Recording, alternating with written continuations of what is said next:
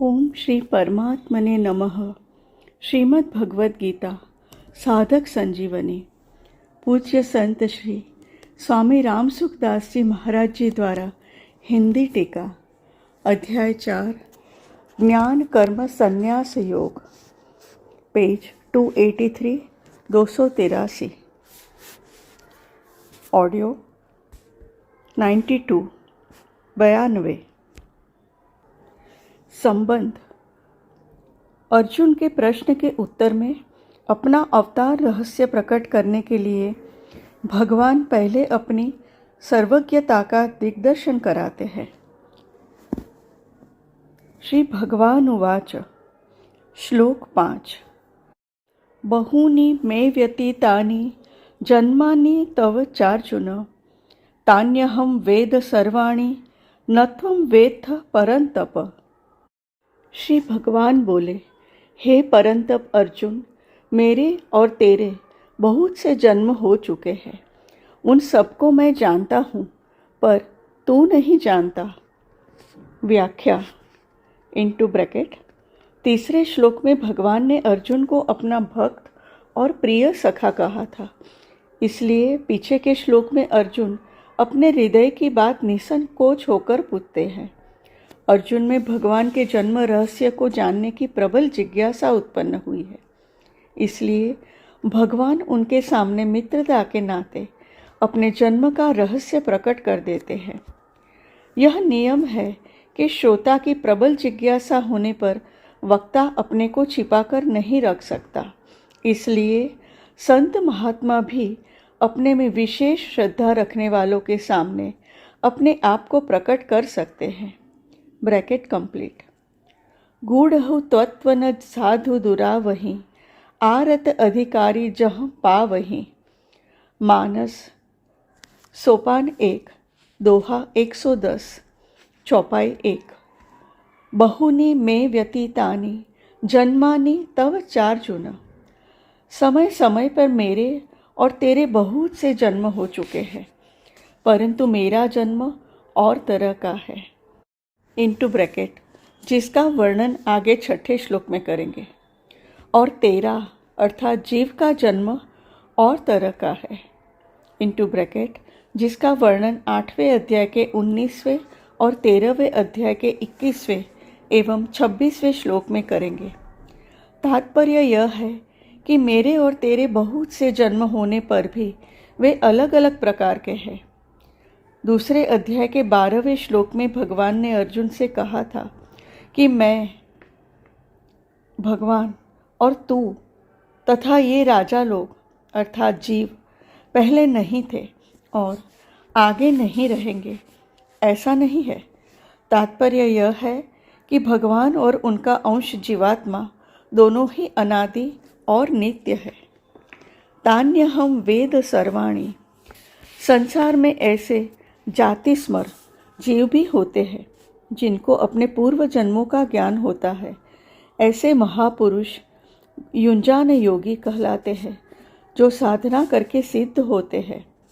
साधना में अभ्यास करते करते इनकी वृत्ति इतनी तेज हो जाती है कि ये जहाँ वृत्ति लगाते हैं वहीं का ज्ञान इनको हो जाता है। ऐसे योगी कुछ सीमा तक ही अपने पुराने जन्मों को जान सकते हैं, संपूर्ण जन्मों को नहीं। इसके विपरीत भगवान युक्त योगी कहलाते हैं, जो साधना किए बिना स्वतः सिद्ध नित्य योगी है। जन्मों को जानने के लिए उन्हें वृत्ति नहीं लगानी पड़ती, प्रत्युत उनमें अपने और जीवों के भी संपूर्ण जन्मों का स्वतः स्वाभाविक ज्ञान सदा बना रहता है। उनके ज्ञान में भूत भविष्य और वर्तमान का भेद नहीं है, प्रत्युत उनके अखंड ज्ञान में सभी कुछ सदा वर्तमान ही रहता है। अध्याय 7 श्लोक 26। कारण कि भगवान संपूर्ण देश काल वस्तु व्यक्ति परिस्थिति आदि में पूर्ण रूप से विद्यमान रहते हुए भी इनसे सर्वथा अतीत रहते हैं। इनटू ब्रैकेट, मैं उन सबको जानता हूँ। भगवान के इस वचन से साधकों को एक विशेष आनंद आना चाहिए कि हम भगवान की जानकारी में हैं। भगवान हमें निरंतर देख रहे हैं। हम कैसे ही क्यों न हो, पर है भगवान के ज्ञान में। Bracket complete. न त्वं वेत्थ परंतप, जन्मों को न जानने में मूल हेतु है अंतःकरण में नाशवान पदार्थों का आकर्षण, महत्व होना। इसी के कारण मनुष्य का ज्ञान विकसित नहीं होता। अर्जुन के अंतःकरण में नाशवान पदार्थों का, व्यक्तियों का महत्व था, इसलिए वे कुटुंबियों के मरने के भय से युद्ध नहीं करना चाहते थे। पहले अध्याय के 33वें श्लोक में अर्जुन ने कहा था कि जिनके लिए हमारी राज्य, भोग और सुख की इच्छा है, वे ही ये कुटुंबी प्राणों की और धन की आशा छोड़कर युद्ध में खड़े हैं। इससे सिद्ध होता है कि अर्जुन राज्य, भोग और सुख चाहते थे, अतः नाशवान पदार्थों की कामना होने के कारण वे अपने पूर्व जन्मों को नहीं जानते थे। ममता, आसक्ति पूर्वक अपने सुख, भोग और आराम के लिए धनादि पदार्थों का संग्रह करना परिग्रह कहलाता है। परिग्रह का सर्वथा त्याग करना अर्थात अपने सुख, आराम आदि के लिए किसी भी वस्तु का संग्रह न करना अपरिग्रह कहलाता है। अपरिग्रह की दृढ़ता होने पर पूर्व जन्मों का ज्ञान हो जाता है। अपरिग्रह स्थैर्य जन्म कथनता संबोधः, पातंजल योग दर्शन अध्याय 2 सूत्र 39। संसार अर्थात क्रिया और पदार्थ सदैव परिवर्तनशील और असत है, अतः उसमें अभाव अर्थात कमी होना निश्चित है। अभाव रूप संसार से संबंध जोड़ने के कारण मनुष्य को अपने में भी अभाव दिखने लग जाता है। अभाव दिखने के कारण उसमें यह कामना पैदा हो जाती है कि अभाव की तो पूर्ति हो जाए, फिर नया और मिले। इस कामना की पूर्ति में ही वह दिन रात लगा रहता है, परंतु कामना की पूर्ति होने वाली है नहीं। कामनाओं के कारण मनुष्य बेहोश सा हो जाता है।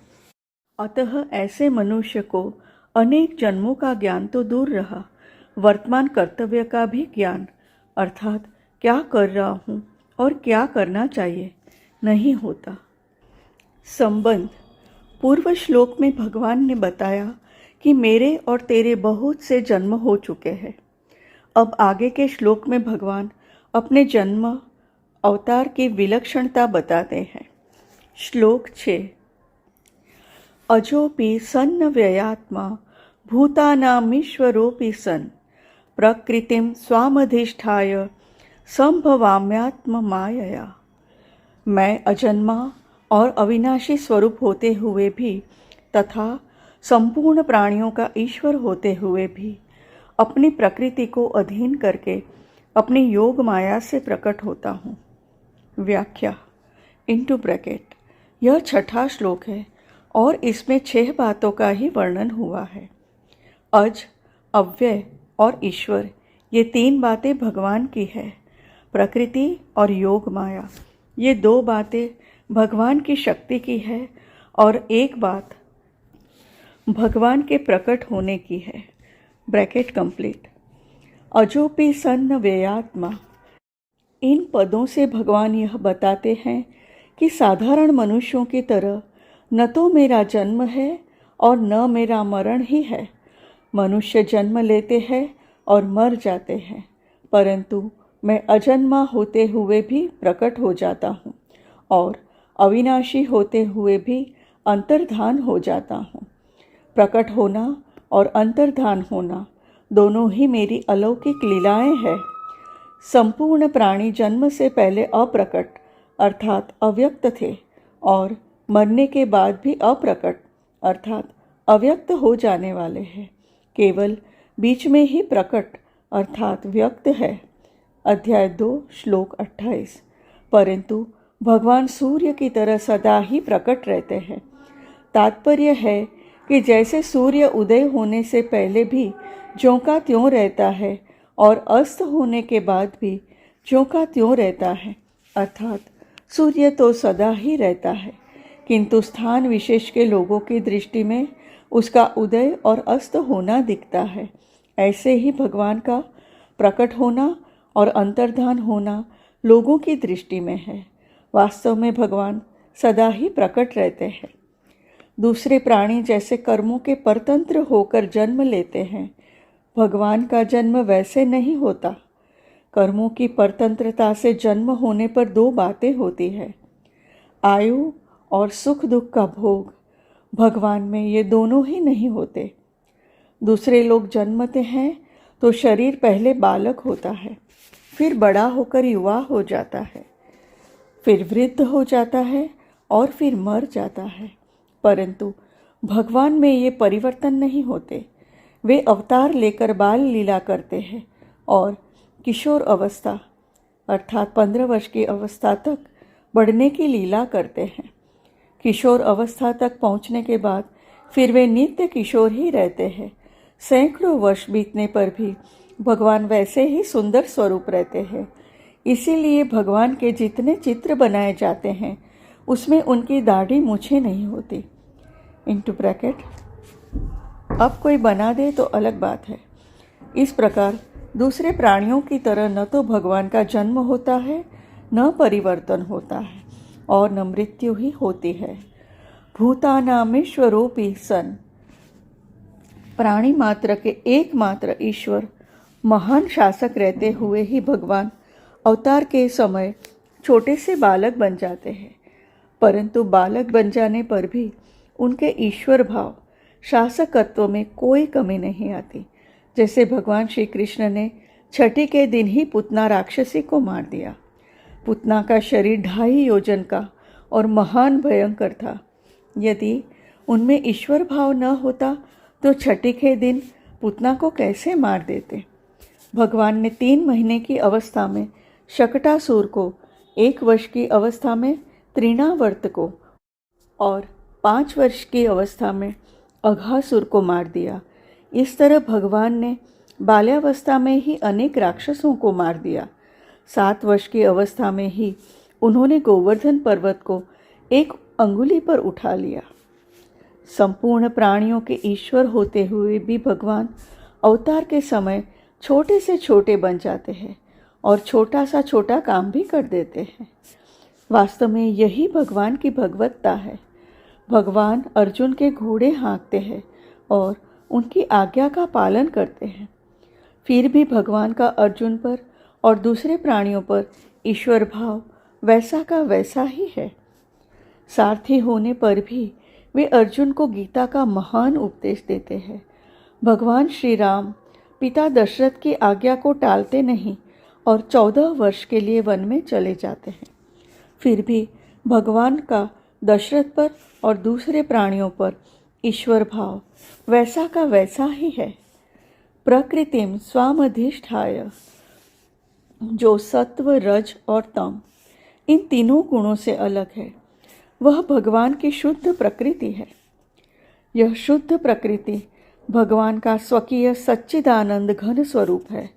इसी को संधिनी शक्ति, संवित शक्ति और आह्लादिनी शक्ति कहते हैं। इसी को चिन्मय शक्ति, कृपा शक्ति आदि नामों से कहते हैं। श्री राधा जी, श्री सीता जी आदि भी यही है। भगवान को प्राप्त कराने वाली भक्ति और ब्रह्म विद्या भी यही है। प्रकृति भगवान की शक्ति है। जैसे अग्नि में 2 शक्तियाँ रहती हैं, प्रकाशिका और दाहिका। प्रकाशिका शक्ति अंधकार को दूर करके प्रकाश कर देती है तथा भय भी मिटाती है। दाहिका शक्ति जला देती है तथा वस्तु को पकाती एवं ठंडक भी दूर करती है। ये दोनों शक्तियाँ अग्नि से भिन्न भी नहीं है और अभिन्न भी नहीं है। भिन्न इसलिए नहीं है कि वे अग्नि रूप ही है, अर्थात उन्हें अग्नि से अलग नहीं किया जा सकता, और अभिन्न इसलिए नहीं है कि अग्नि के रहते हुए भी मंत्र, औषध आदि से अग्नि की दाहिका शक्ति कुंठित की जा सकती है। ऐसे ही भगवान में जो शक्ति रहती है उसे भगवान से भिन्न और अभिन्न दोनों ही नहीं कह सकते। जैसे दिया सलाई में अग्नि की सत्ता तो सदा रहती है, पर उसकी प्रकाशिका और दाहिका शक्ति छिपी हुई रहती है। ऐसे ही भगवान संपूर्ण देश, काल, वस्तु, व्यक्ति आदि में सदा रहते हैं, पर उनकी शक्ति छिपी हुई रहती है। उस शक्ति को अधिष्ठित करके अर्थात अपने वश में करके उसके द्वारा भगवान प्रकट होते हैं। जैसे जब तक अग्नि अपनी प्रकाशिका और दाहिका शक्ति को लेकर प्रकट नहीं होती, तब तक सदा रहते हुए भी अग्नि नहीं दिखती। ऐसे ही जब तक भगवान अपनी शक्ति को लेकर प्रकट नहीं होते, तब तक भगवान हरदम रहते हुए भी नहीं दिखते। अनुसंधान श्लोक 6 13 ऑडियो। हरि ओम।